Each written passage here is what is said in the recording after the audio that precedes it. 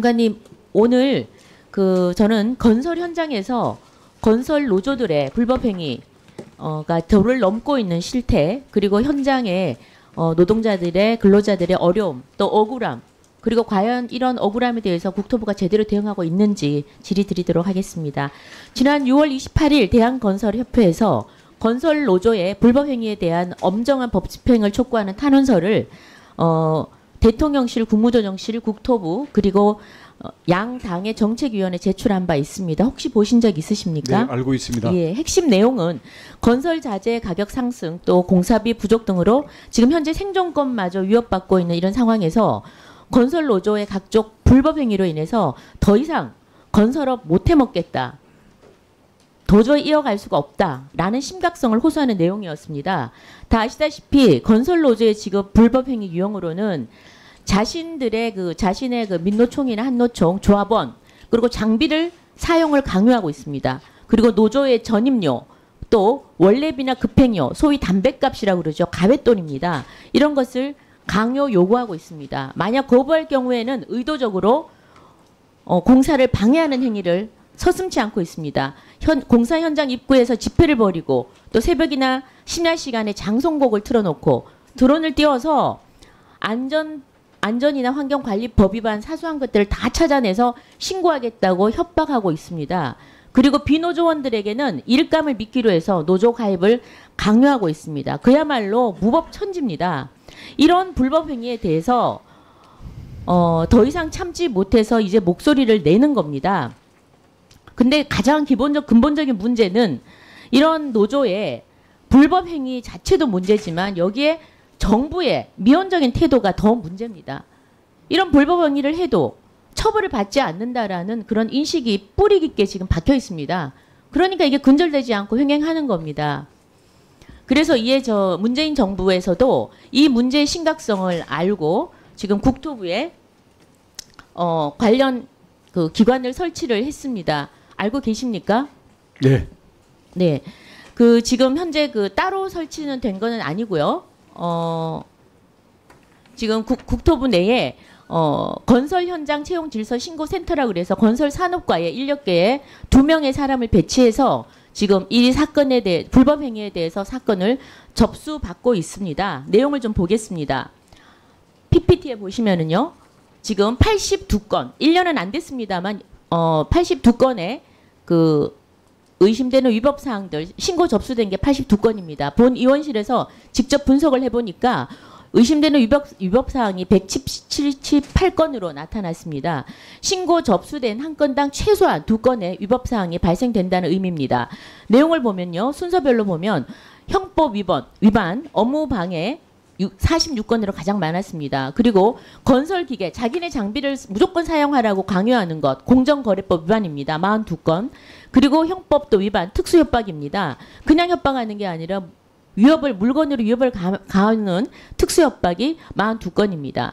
그리고 채용 절차법 위반, 채용을 강요하는 거죠. 29건입니다. 그래서 이런 분석을 했는데 지금 이 내용에 대해서 알고 계십니까? 네, 알고 있습니다. 네.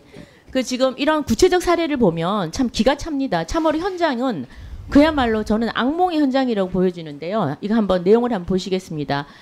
최근에 부산의 건설 현장에서 민노총 건설 노조가 공사를 방해하면서 현장에서 사진을 찍고 있는 여성 가슴을 밀치면서 폭행을 해서 전치 3주 진단을 받았습니다. 노조 활동이 아니죠. 그야말로 불량배, 조폭입니다. 제 눈에는 그렇게 보입니다. 그 다음 충북 청주시 건설 현장에도 보면 작업을 하고 있는 크레인 기사가 노조원이 아니라는 이유 하나만으로 해고를 강요합니다.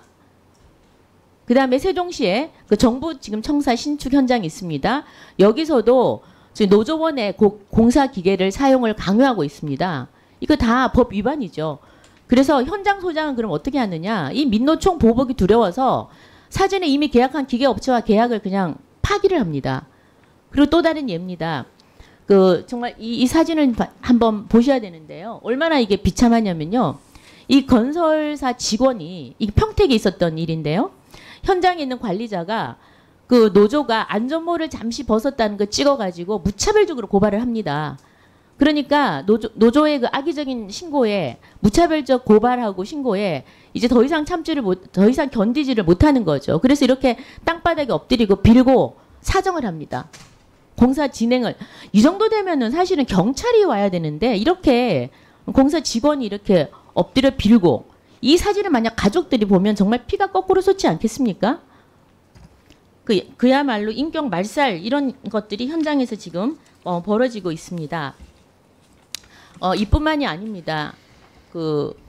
여러 가지 뭐 사례를 다 말씀드리기에는 시간이 너무 많이 걸릴 것 같고요. 근데 이런 지금 많은 사례들이 벌어지고 있는데 지금 이에 대해서 장관님 충분히 숙지하고 계시죠? 알고 계시죠? 네, 잘 알고 있습니다. 네. 이게 근데 82건 중에 처리가 완료된 게 8건 뿐입니다. 10%도 안 됩니다.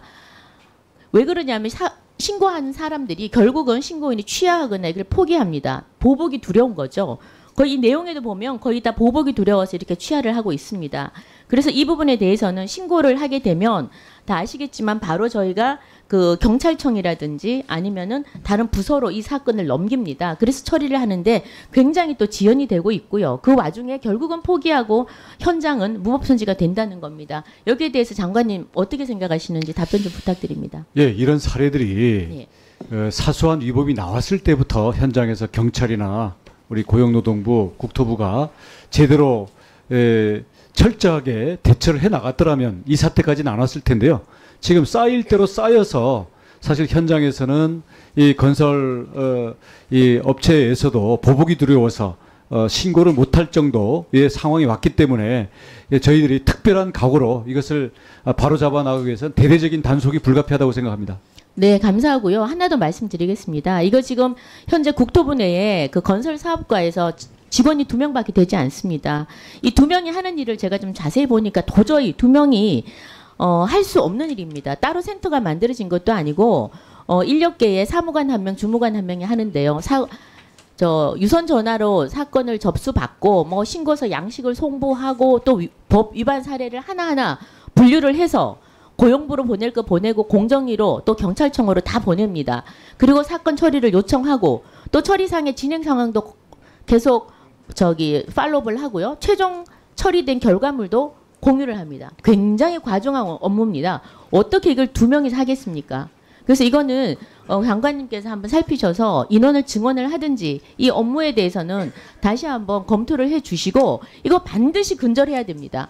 그리고 특히 현장에서 일어나는 아까 말한 급행료, 소위 담배값 이런 것들 반드시 근절해야 됩니다.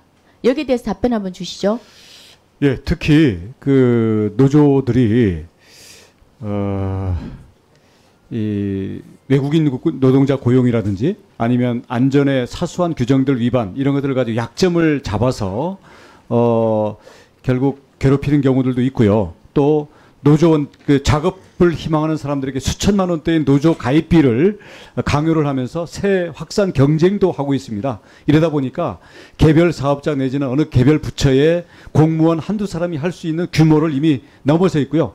경찰을 중심으로 해서 저희 국토부 그리고 고용노동부가 그 고용노동 현장 또는 이 건설 안전 현장에서의 사소한 그 위반들이 악용되는 이 부분까지도 저희들이 통합적으로 대처를 해야 뿌리를 뽑을 수 있다고 생각하는데요.